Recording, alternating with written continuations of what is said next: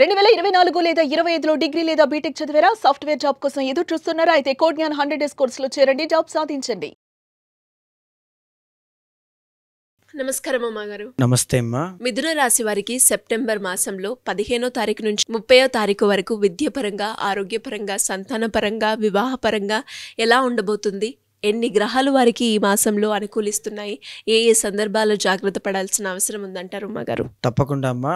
మిథున రాశి వాళ్ళకి ఈ మాసంలో ఏదైతే మీరు అడుగుతున్నారో 15th దగ్గర నుంచి 30th వరకు కూడా వాళ్ళకి అద్భుతంగా 3 నుంచి 4 గ్రహాలు యోగిస్తున్నాయండి. కొంచెం ప్రతికూలమైన పరిస్థితులు కూడా ఉన్నాయి. మనం ఒక్కొక్కటి చెప్పుకుంటే ఎందుకు అని అంటే 17th వరకు వీళ్ళకి రవి బలము అనేటువంటిది బాగుందండి. రవి బలం ఎప్పుడైతే కలిగి ఉంటారో వాళ్ళకి పనులన్నీ ఫాస్ట్గా పూర్తవడం, అనుకున్నవి అనుకున్నట్టుగా జరగడం, ఆ ఉత్సాహం, ఆ ఎనర్జీ అన్నీ చాలా వేరుగా ఉంటాయి రవి బలం ఉన్నప్పుడు. రవి బలం లేనప్పుడు వాళ్ళ జీవితంలో ఖచ్చితంగా మనం గుర్తించవచ్చు, అది వాళ్ళు కూడా డిఫరెన్షియేట్ చేసుకోవచ్చు.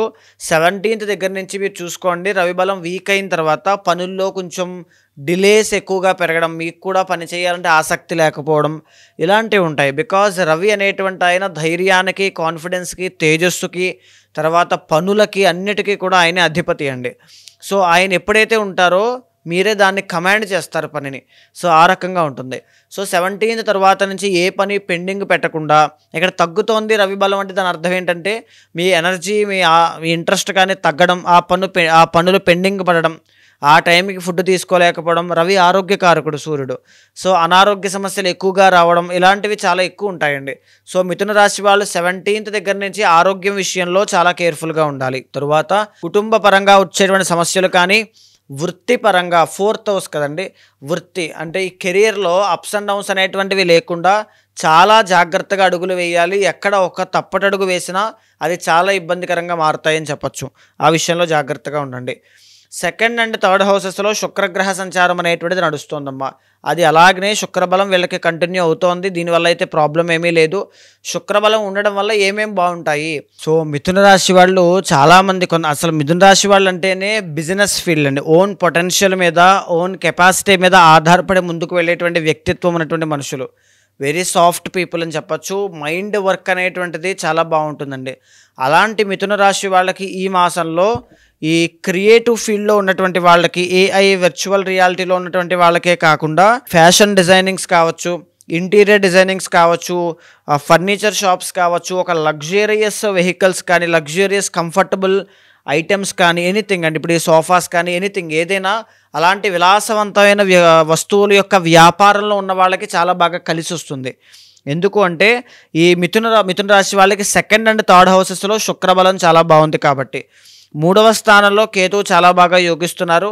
దీని మూలాన ఏంటి అంటే కొలీగ్స్తో కానీ, ఈ సిబ్లింగ్స్తో కానీ మిస్అండర్స్టాండింగ్స్ వచ్చినప్పటికీ కూడా అల్టిమేట్లీ ఈ డిసెంబర్ మాసానికి వచ్చేసరికి దానివల్ల మీకు చాలా మంచే జరుగుతుంది అని చెప్పచ్చు. 4వ స్థానంలో బుధగ్రహ సంచారం చాలా బాగుందండి. ఇక్కడ చూస్తే 4th హౌస్లో బుధుడు చాలా బాగా యోగిస్తున్నారు. దీని మూలాన మీ వృత్తి వ్యాపారాల్లో మంచి గ్రోత్ అనేటువంటిది బాగుంటుంది.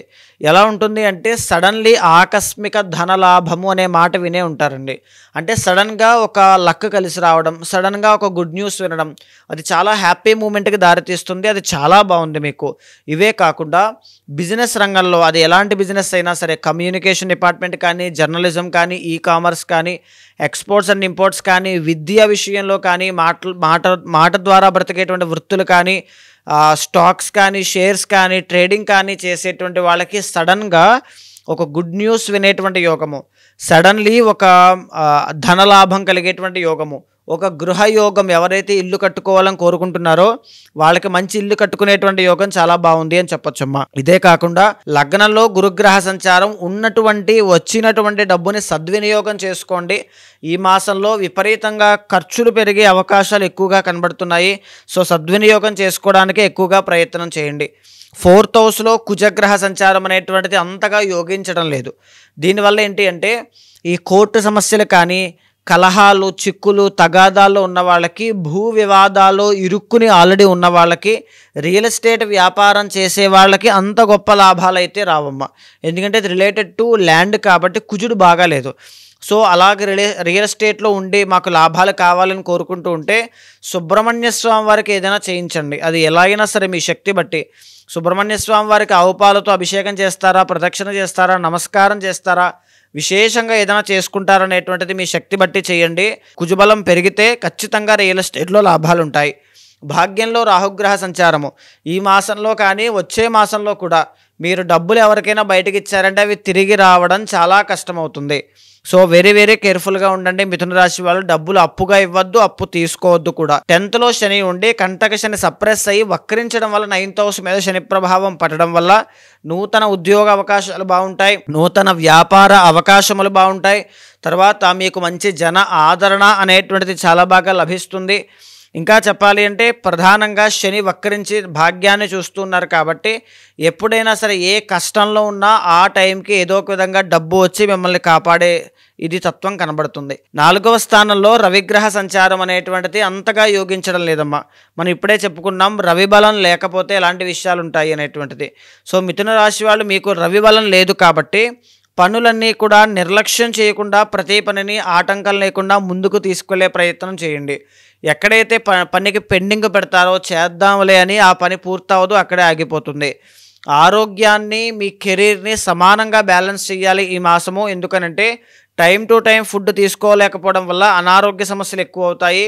క్రమేపీ మీ నిర్లక్ష్యం వల్ల కానీ మీ బద్ధకం వల్ల కానీ ఈ కెరీర్లో ఒడిదుడుకులు అనేటువంటివి చూసే అవకాశాలు ఎక్కువగా కనబడుతున్నాయి. కలహాలకి తగువులకి తావివ్వకుండా కుటుంబ సభ్యులతో చక్కగా మెలిగే ప్రయత్నం చేయండి, చాలా బాగుంటుంది. ఈ మాసంలో వీళ్ళకి కలిసి వచ్చేటువంటి రంగు పింక్ కలర్, తర్వాత వైట్ కలర్ అమ్మ. మరి మీరు అన్నట్టుగానే ఇంకా ఎవరికైనా కూడా ఈ మాసంలో ఎస్పెషల్లీ గ్రహాలు అనుకూలించకపోవడం వల్ల వాళ్ళు ఎదురయ్యే సమస్యలు ఏవైతే ఉన్నాయో వాటికి సంబంధించి ఎవరైనా కూడా పరిష్కారం చేసుకోవాలి అంటే ఏ రకంగా మిమ్మల్ని కాంటాక్ట్ అయ్యే అవకాశం ఉందంటారు? తప్పకుండా అమ్మ. అలాంటి వాళ్ళు ఎవరైనా ఉంటే మీకు కింద కనిపించిన నెంబర్కి కాల్ చేస్తే మా వాళ్ళు మీకు పూర్తి వివరాలు అందిస్తారు. మీ జాతకాన్ని చూసిన తర్వాత మీ గోచారం అనేటువంటిది, మీ పర్సనల్ చార్ట్ అనేటువంటిది చాలా డిఫరెంట్గా ఉంటుందండి. మీకున్నటువంటి సమస్య కానీ, మీరు చేరుకోవాల్సిన గమ్యం కానీ ఒక విభిన్నమైనటువంటి వ్యక్తిగత నిర్ణయాలు బట్టి ఆధారపడి ఉంటాయి. తర్వాత ఇంకా చెప్పాలి అంటే చాలామందికి ఒక గైడెన్స్ లేక ఎటు వెళ్ళాలో తెలియక, ఏం చెయ్యాలో, ఏం చదవాలో, ఏ వ్యాపారంలో పెట్టుబడి పెట్టాలో, ఏ ఉద్యోగంలో జాయిన్ అవ్వాలో, అసలు ఎప్పుడు జాయిన్ అవ్వాలో ఏది కూడా తెలియక సతమతమగుతూ ఉంటారు. అలాంటి వాళ్ళందరికీ కూడా మీ వెనకాల నేను ఉంటాను.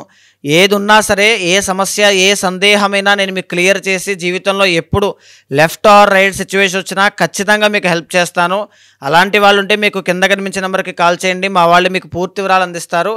ఏదైనా దోషాలు ఉన్నా సరే శాంతి పరిహారములు మీతో ఆచరింపచేసి ఏదైనా ఒక మంత్రాన్ని ఉపదేశించి భగవత్ అనుగ్రహం కలిగేలా చేస్తాను. థ్యాంక్ యూ అమ్మగారు, థ్యాంక్ యూ సో మచ్. నమస్తే అమ్మా.